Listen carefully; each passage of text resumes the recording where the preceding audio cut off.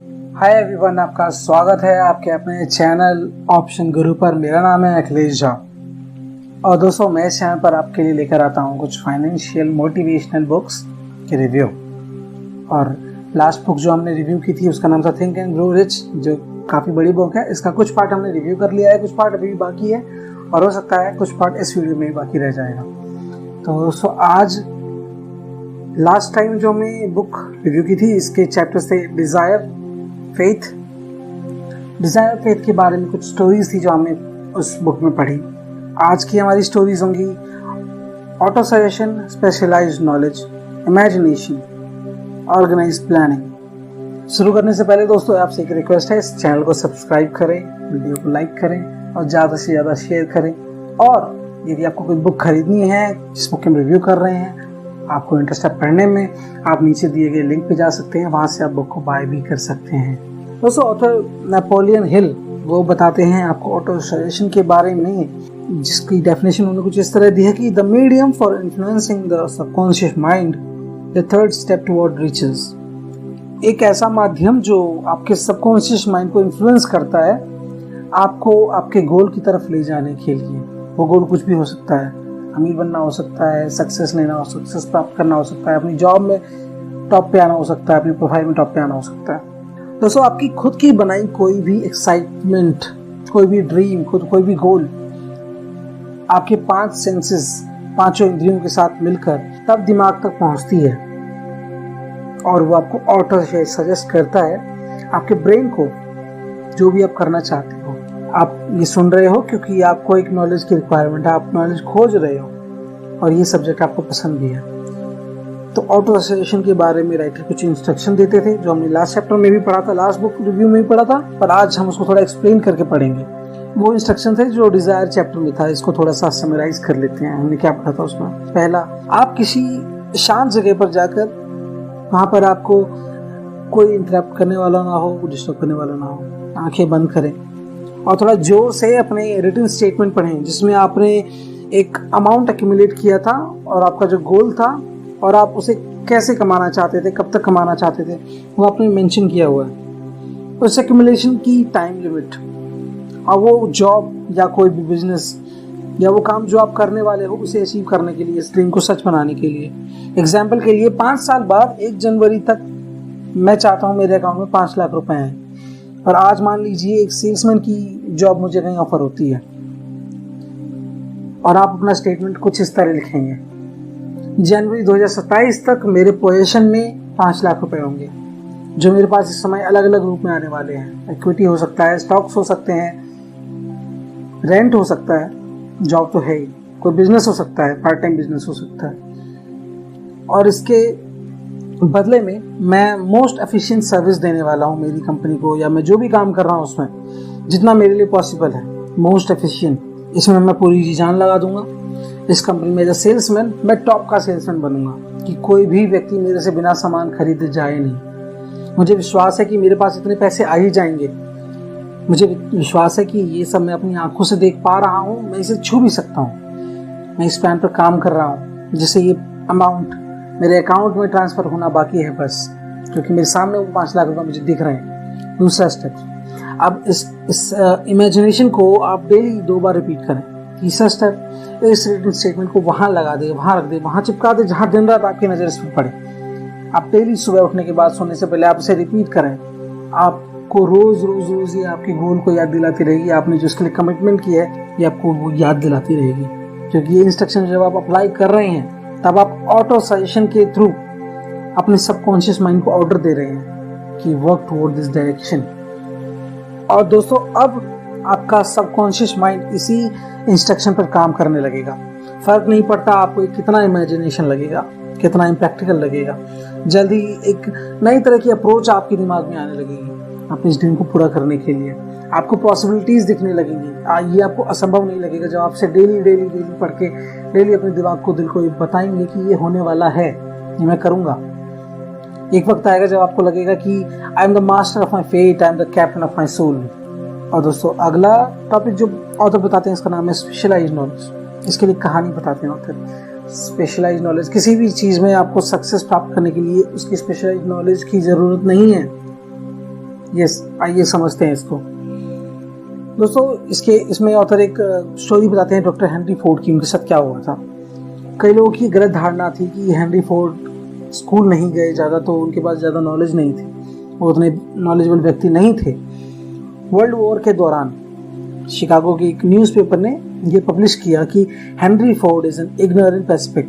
Ignorant Pacific का मतलब है अज्ञानी व्यक्ति, जिससे जो शांति की बात करता है। अब वहाँ दुनिया में वॉर चल रही है और कोई शांति की बात कर रहा है और वो ज़्यादा पढ़ा लिखा नहीं है। इसका लोगों ने मजाक बनाया। उस न्यूज़पेपर ने उनके इमेज को ख़राब करने की कोशिश की और हेनरी फोर्ड को ये बात बहुत बुरी लगी। उनका ये स्टेटमेंट अच्छा नहीं लगा। उन्होंने उस अखबार पर एक केस दर्ज कर दिया, क्योंकि उनका मानना था कि उस अखबार ने डिफेम करने की कोशिश की है। और जब कोर्ट में केस चला, न्यूज़पेपर के वकीलों ने हेनरी फोर्ड को विटनेस स्टैंड में खड़ा करके ऊल जुलूल सवाल पूछने शुरू कर दिए, जिसका उनके प्रोफेशन से कोई मतलब ही नहीं था। हर चीज़ का जस्टिफिकेशन मांगा ताकि वो ज्यूरी के सामने, पब्लिक के सामने मूर्ख साबित किए जा सके। लॉयर्स ने फोर्ड को अलग अलग तरह के प्रश्न किए। भले ही उन्हें ऑटोमोबाइल का, गाड़ियों का ज्ञान हो, पर वास्तविक जीवन में वो इग्नोरेंट हैं, वो मूर्ख हैं, वो साबित करना चाहते थे। उनसे जनरल नॉलेज के सवाल पूछे गए, क्योंकि उन्हें लगता था कि वो स्कूल नहीं गए तो उनको नॉलेज नहीं होंगी। उनसे पूछा गया बेनेडिक्ट आर्नल्ड कौन थे। 1776 की रिवॉल्यूशन को दबाने के लिए ब्रिटेन ने अमेरिका में कितनी सेना भेजी थी, ये क्वेश्चंस थे। और अंतिम प्रश्न के जवाब में एक वक्त आया जब हेनरी फोर्ड ने कहा कि मुझे नहीं पता एग्जैक्ट नंबर्स जितने ब्रिटेन ने फौज भेजी थी, लेकिन मैंने सुना है कि उनके नंबर्स काफ़ी ज़्यादा थी। और ऐसे उलझुल सवालों के बाद अंत में हेनरी फोर्ड इरिटेट हो गए। हेनरी फोर्ड ने गुस्से में आकर एक किसी ऑफेंसिव प्रश्न पर ऐसे ही वो थोड़ा झुके और लॉयर की तरफ फिंगर पॉइंट करते हुए कहा, सुनो, अगर मुझे इस अपने बेवकूफ़ाना सवालों के जवाब ही देने हैं तो मैं आपको याद दिला दूं कि मेरे डेस्क पर काफ़ी इलेक्ट्रिक बटन्स हैं, जिसे मैं एक बार दबाऊंगा और वो व्यक्ति आपके सामने खड़ा होगा जो इन सारे सवालों के जवाब जानता है। मैं बिजनेस कर रहा हूँ, उसके सवालों के जवाब मुझे बैठे बैठे कहीं मिल जाते हैं। क्या आप मुझे बताएंगे ये जीके के क्वेश्चंस के जवाब क्यों याद करूं, जब मेरे पास उनके जवाब देने के लिए काफ़ी लोग हैं जिन्हें मैंने नौकरी दी, जो मेरे अंडर काम करते हैं। मुझे कोई भी नॉलेज चाहिए, मैं उनको बुला के उनसे नॉलेज पूछ सकता हूँ, नॉलेज ले सकता हूँ। तो ज़रूरी नहीं कि मुझे नॉलेज हर वक्त अब मेरे पास ये इन्फॉर्मेशन अवेलेबल हो। आप मुझसे मेरे काम के बारे में पूछिए, मुझसे गाड़ियों के बारे में पूछिए, मैं आपको अभी बताऊँगा। और ये वाकई एक लॉजिकल जवाब था। लॉयर के पास अब कुछ नहीं था बोलने को। कोर्ट रूम में बैठे हर व्यक्ति को ये रियलाइज़ हुआ कि ऐसा आंसर कोई समझदार इंसान ही दे सकता है। हर व्यक्ति एजुकेटेड है, जिसे पता है कि जब ज़रूरत हो तब वो कहाँ से नॉलेज प्राप्त कर सकता है और कैसे इस नॉलेज को किसी डेफिनेट प्लान की और एक्शन में बदले। दोस्तों, एक और बहुत बढ़िया स्टोरी है इमेजिनेशन की। इंसान की इमेजिनेशन कहाँ तक जा सकती है और वो क्या वंडर्स कर सकता है। इस स्टोरी को आप ध्यान से सुनिए। ये बात है सन 1886 की। इसका नाम है द एन्चेंटेड कैटल। एक बार की बात है, एक डॉक्टर जॉन पैम्बरटन एक फार्मासिस्ट के पास गए। अपनी बग्गी से कुछ बर्तन निकाले। बर्तन करछुल, एक लकड़ी का बर्तन था, एक करछुल था लकड़ी का, और उन्होंने फार्मासिस्ट के शॉप के पीछे एक गैलरी टाइप थी, वहाँ उन्होंने रखा। और वो डॉक्टर और फार्मासिस्ट आपस में कुछ धीमी आवाज़ में बातें कर रहे थे। उनके बीच कुछ बार्गेनिंग चल रही थी पैसों को लेकर। वो केमिस्ट ने कैटल इंस्पेक्ट किया, बर्तन को देखा, अपने पॉकेट से $500 निकाले, जिसमें उसकी ज़िंदगी की सारी सेविंग्स थी। डॉक्टर ने एक पर्ची पकड़ाई उस केमिस्ट को, जिसमें एक सीक्रेट फार्मूला लिखा था। लेकिन नहीं डॉक्टर, ना तो उस केमिस्ट को पता था कि ये फार्मूला क्या करामात करने वाला है आगे जाकर। डॉक्टर उस $500 से अपने कर्ज उतार सकता था और एक फ्रीडम ऑफ माइंड के लिए ठीक भी था। और वो केमिस्ट अपने जीवन की पूरी पूंजी एक पेपर स्क्रैप पर और उस बर्तन पर लगा रहा था। बर्तन में कुछ रखे मिक्सचर थे जिस पर वो दाव खेल रहा था। उसे पता नहीं था कि ये इन्वेस्टमेंट उसके लिए अलादीन के चिराग की तरह सोने की झड़ी लगा देने वाला है।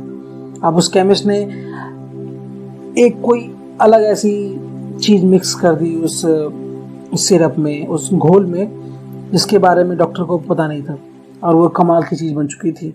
तो ये कोई फिक्शन नहीं है, ये एक फैक्ट है। आप उसकी इमेजिनेशन को देखिए। उसके $500 का रिस्क लेकर अपनी इमेजिनेशन पर उसने भरोसा किया और सोने के अंडे देने वाली मुर्गी बना दिया उस बर्तन को। अब वही सीक्रेट फार्मूला दुनिया की एक लार्जेस्ट कंज्यूमर ऑफ शुगर है। 1 लाख लोगों को रोजगार दे चुका है। अब उस केटल से हर साल अरबों बोतलें बेची जाती हैं। उस केटल से clerk, stenographers, copywriters, advertising experts, पूरी दुनिया में इनकी एक आर्मी खड़ी हो चुकी है। पूरी दुनिया में मंदी है, बैंक्स बंद हो रहे थे, बिजनेस डूब रहे थे, तब इसी एक बर्तन से लाखों लोगों का घर चल रहा था, वो लोगों को रोजगार दे रहा था।